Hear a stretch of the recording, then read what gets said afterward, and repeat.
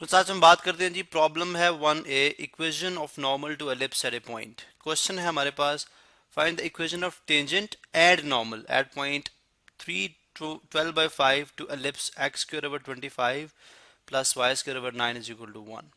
यानी ये एक ऐसा एलिप्स है, अगर आप देखें तो इसको मैं लिख सकता हूँ equation of ellipse. Equation of ellipse तो ऐसे भी लिखी जा सकती है जी, जब आप एक्स स्क्वायर ओवर 5 स्क्वायर करते हैं और plus Y square over 3 square करते हैं, जिसका मतलब क्या है कि चूंकि ए जो है वो यहाँ पे 5 है, ठीक है, और बी जो है हमारे पास 3 है। अब चूंकि since A is greater than B है, इसका मतलब है ये जो एलिप्स होगा वो हॉरिजॉन्टल एलिप्स होगा। अगर मैं इसको ड्रॉ कर दूं, ठीक है, चलो मैं यहाँ पे इसको ड्रॉ कर दूं। हम यूं करते हैं, यहाँ पे मेरे पास ये एक्स एक्सिस है, ये मेरे पास वाई एक्सिस है, ठीक है।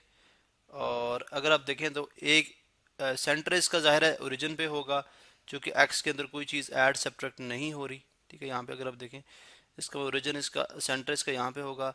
जो इसका मेजर एक्सिस है वो कितने डिस्टेंस पे है, 5 पे, तो 1 2 3 4 और 5। इस तरफ भी वो -1 -2 -3 -4 -5, ठीक है। और जो माइनर एक्सिस की सेमी माइनर एक्सिस है, ये दरअसल ये सेमी मेजर एक्सिस था, ठीक है। सेमी मेजर एक्सिस की लेंथ 5 और सेमी मेजर एक्सिस जो दूसरी तरफ है उसकी लेंथ -5। इसी तरह से यहाँ पे देखें तो 1 2 और 3 ये सेमी माइनर एक्सिस है, ठीक है। और 1 2 और 3 ये दूसरे अदर वे में सेमी माइनर एक्सिस है। तो इसका मतलब हमारे पास ये जो एलिप्टिकल शेप बनेगी वो कुछ इस तरह से बनेगी, ठीक है, जिसको मैं यहाँ पे यूं जाहिर कर रहा हूँ। चलें आप यूं देख लें जी। अब देखिए मैं इसको बाय हैंड ड्रॉ कर रहा हूँ तो ज़ाहिर उस तरह से एक्यूरेसी इसमें नहीं है जो कि आप जब ज़्यादा पॉइंट्स लेंगे तो बनाएंगे। लेकिन हम चूंकि अंडरस्टैंड, हमने सिर्फ समझना है, उस हद तक हमें बात समझ आ जाएगी। अब हमने एक पॉइंट है 3 12/5, इसका मतलब 1 2 3, तो ये इसका मतलब ये वो पॉइंट है 3 12/5, पॉइंट 3 12/5। अब ये पॉइंट क्या इस एलिप्स के ऊपर लाई करता है या नहीं, इस पॉइंट को आप इसमें टेस्ट करें, ठीक है।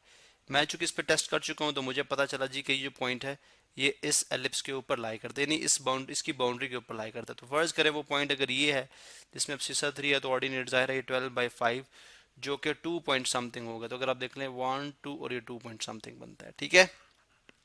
अब यहाँ पे हमने इक्वेशन ऑफ टेंजेंट, टेंजेंट क्या है यहाँ पे अगर मैं देखें ड्रॉ करता हूँ, टेंजेंट एक ऐसी स्ट्रेट लाइन होती है जो इस एलिप्स को सिंगल एक पॉइंट पे टच करेगी, सिंगल एक पॉइंट पे टच करेगी। ये है एक टेंजेंट लाइन, इसको मैं बोलता हूँ टेंजेंट लाइन, टेंजेंट लाइन, ठीक है। जबकि मेरे पास परपेंडिकुलर क्या होगा, यानी नॉर्मल, नॉर्मल क्या होगा, यहाँ से परपेंडिकुलर लाइन, यहाँ से अगर टेंजेंट की मैं परपेंडिकुलर ड्रॉ करूँ, ठीक है, तो ये क्या कहलाएगा, ये मेरे पास नॉर्मल, नॉर्मल, ठीक है। अब अगर आप देखें तो टेंजेंट भी उसी पॉइंट से, टेंजेंट पे भी वही, यानी ये पॉइंट की हुसूसियत क्या है, ये पॉइंट टेंजेंट के ऊपर भी मौजूद है, ये पॉइंट नॉर्मल के ऊपर भी मौजूद है, और ये पॉइंट आपकी इक्वेशन ऑफ एलिप्स के ऊपर यानी इक्लिप्स के ऊपर भी मौजूद है, ठीक है। तो लिहाजा हम जानते हैं, हमने जैसा पिछले लेक्चर में हम पढ़ के आ चुके हैं कॉन्सेप्ट लेक्चर में, कि यानी equation of tangent,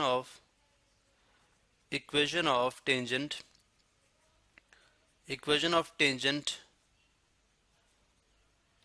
to ellipse at point, यानी जिस पॉइंट के ऊपर हम मालूम करना चाह रहे हैं एट पॉइंट 3 और 12/5, 3 और 12/5, वो कहाँ पे होगा, वो कहाँ पे होगा, मैं यहाँ पे को दिखा देता हूँ।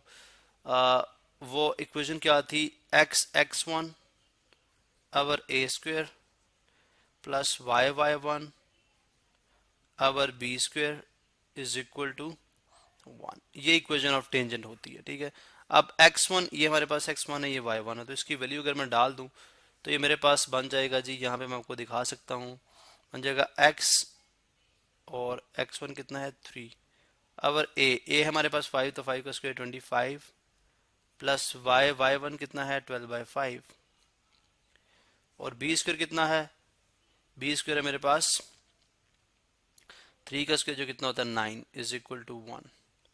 तो यहाँ से अगर मैं इसको हल कर लूँ, अगर मैं इसको सिंप्लीफाई करूँ, ठीक है, इसको मैं सिंप्लीफाई करूँ तो मेरे पास क्या जवाब आएगा, 3x अवर 25 प्लस 12y अवर, ये 5 चूंकि डिनोमिनेटर में आ रहा है तो 9 4 ज़र 45, 45 इज इक्वल टू 1। ठीक है, अब अगर आप देखें तो हम इसकी कैंसिलेशन कर सकते हैं। अगर आप देखें तो ये 3 के साथ 3 4 ज़ार 12 और 3 15 ज़ार 45, तो ये आ जाएगा 3x over 25 plus 4y over 15 is equal to 1। Denominator same कराने के लिए आप इसको मल्टीप्लाई कराएंगे 3 के साथ, इसको 3 के साथ, और इसको 5 के साथ, और इसको 5 के साथ, बिकॉज 5 को 15 से ज़रब करें तो 75, तो 9x our 75 plus 20y our 75 is equal to 1। तो this implies that 75 LCM है, ये आ जाएगा 9x plus 20y is equal to 1। So ये इक्वेशन हमारे पास क्या आ जाएगी, 9x plus 20y, 9x plus 20y is equal to 75।